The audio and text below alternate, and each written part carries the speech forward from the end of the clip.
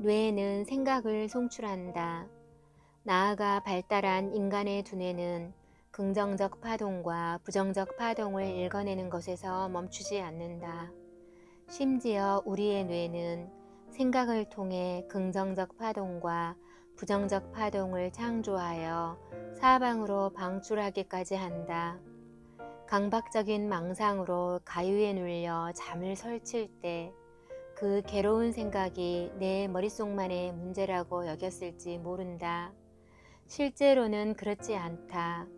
인간의 두뇌는 머리 바깥 주변 환경으로 신호를 보내고 또 주변 환경으로부터 오는 신호에 응답한다. 이 말은 내 머릿속 그 생각이 다른 누군가에게 전달될 수 있다는 뜻이다. 현대의학에서는 이 양방향 교신을 진단과 치료 목적으로 개발하고 활용 중이다. 예를 들어 뇌자기 신호 측정은 병원에서 하는 뇌파 검사와 비슷하다. 단 머리에 아무 장치를 하지 않고서도 두뇌의 전자기파를 측정할 수 있다는 점만 다르다. 이러한 비접촉 측정 기술은 수술 전 종양의 위치 확인, 인지 연구 등에 활용되는데 모두 인간의 두뇌가 머리 바깥에 에너지장을 만들기 때문에 가능한 기술이다. 또 다른 비접촉 의료 기술의 하나인 병두개 자기 자극 치료술에서는 머리 바깥에 자기장을 만들어 두뇌 특정 부위에 정기적 작용을 유도한다. 2003년 호주에서 서번트 신드롬 환자의 뇌에 신경의 활동성을 올리기 위해 TMS를 사용하였는데 그 TMS가 일부 환자들에게 그림을 잘 그릴 수 있도록 해준다는 사실이 발견되었다. 2000년에는 예일대학의 한 연구팀이 TMS가 정신분열증 환자의 환청 증세를 완화해준다는 것을 발견해냈다. 무엇보다 TMS의 가장 일반적인 적용은 다른 치료법으로는 효과를 보지 못한 우울증 치료 분야다. 30편 이상의 논문에서 중증 우울증에 TMS가 도움을 준다는 사실이 입증되었고 이에 따라 식품의약청은 2008년 최초의 우울증 치료용 TMS 장비를 승인하기에 이르렀다. 또 2012년 와일리 온라인 라이브러리에서는 임상 현장에서 주요 우울 장애에 대한 TMS의 효능을 확인했음을 발표했다. 그리고 미국 내 주요 우울 장애 환자를 치료한 42곳의 TMS 설치 병원으로부터 수집한 자료에 의하면 307명의 환자 가운데 58%의 환자에게 긍정적 반응이 나타났고 37%의 환자는 병이 호전되었다. 이렇듯 뇌는 세포활동, 유전자 발현, 인지 변화, 감정, 행동에 영향을 주는 에너지장을 만들어내고 또 거기에 반응한다는 사실이 전자 뇌파 검사, 자기 뇌파 검사, TMS 등의 기술을 통해 명확해졌다. 많이 알려진 플라시보 효과 또한 에너지장이 사람에게 미치는 영향을 입증하는 대표적 사례다. 간단히 설명하면 생각과 마음이 만드는 에너지장이 세포와 유전자 활동을 제어하는 신경 펩티드와 신경 전달 물질을 풀어내고 퍼뜨리는 역할을 했기 때문에 플라시보 효과가 나타나는 것이다. 이제 생각과 믿음의 잠재적인 힘을 더 깊이 이해하기 위해 양자 물리학의 또 다른 핵심 원리인 비국소성에 대해 살펴보자. 아인슈타인은 일찍이 이 기묘한 현상을 유령 같은 원격 작용이라고 표현했다. 비국소성이란 양자 입자가 다른 입자와 상호작용을 일으키면 양자 물리학 용어로 양자 얽힘이라고 한다. 입자 간의 거리에 상관없이 역학적 상태가 서로 연결됨을 의미한다. 예를 들어 하나의 입자가 시계 방향으로 토네이도처럼 회전하면 이 입자와 얽힘 상태에 있는 쌍둥이 입자는 반시계 방향으로 회전한다. 또 양자 입자는 방향성을 가지고 있다.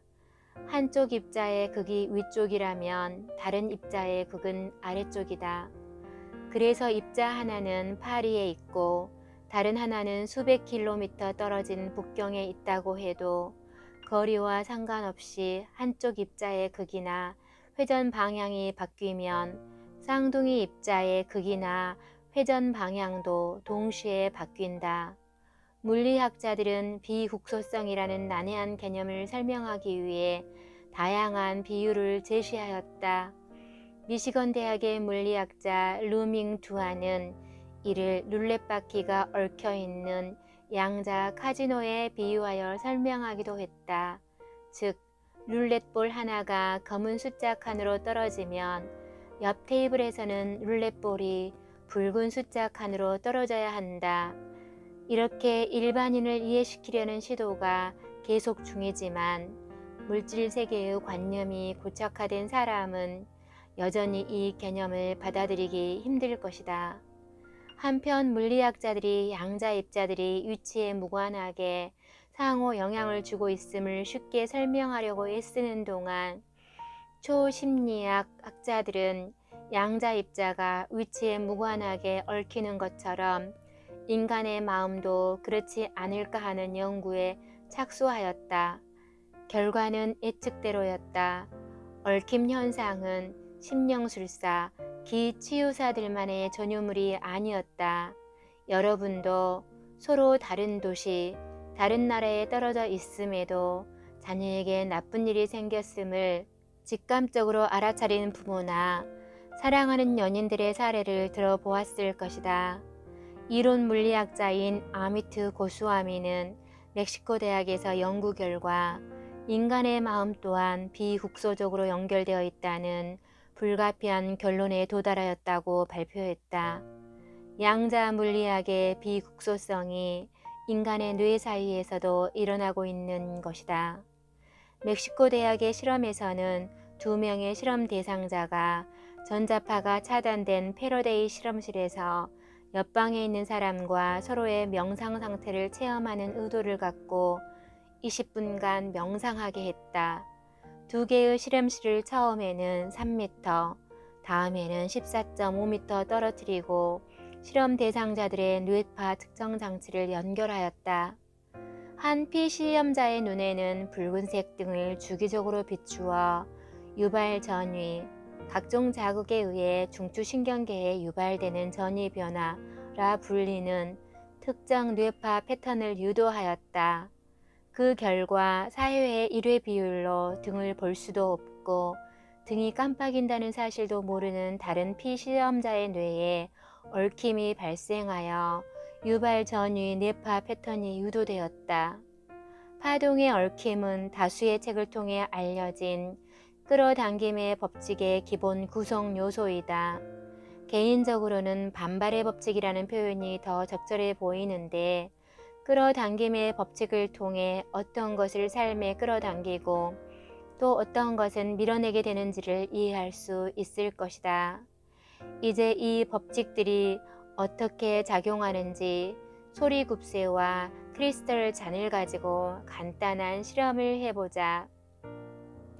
이 실험에서 각각 W, X, Y, G로 표시한 크리스털 잔 4개는 만들어진 온자의 조합이 다르기 때문에 서로 다른 주파수로 회전한다.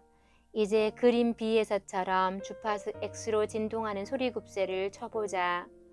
뛰어난 성악가의 우렁찬 소리처럼 소리굽새 진동 에너지는 크리스털 잔 X의 원자와 얽혀 보강 간섭을 일으킨다.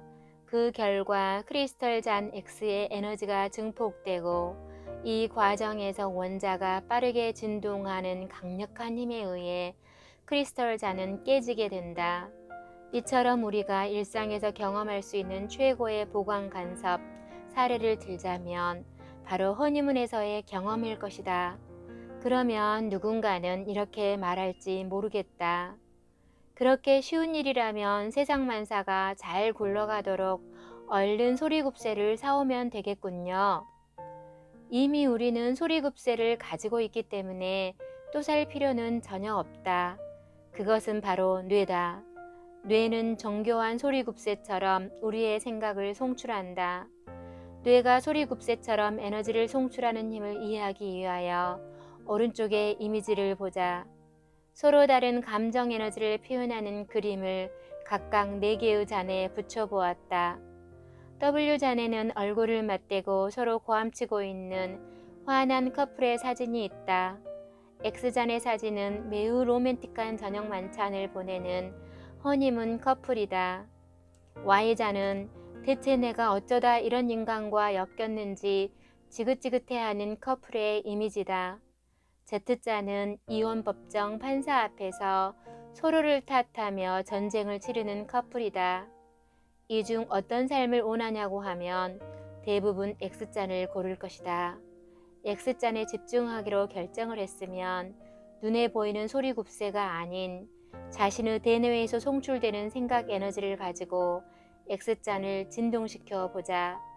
보강 간섭의 원리로 인해 상상 속의 이미지와 공진하는 것만으로 삶을 활기차게 만들 수 있다. 진심으로 사랑해주고 어려울 때는 돈까지 빌려주었는데 당신을 차버린 배신자는 잊어버리자. 오직 X잔의 이미지처럼 행복한 감정에 푹 빠졌던 순간에 집중하자.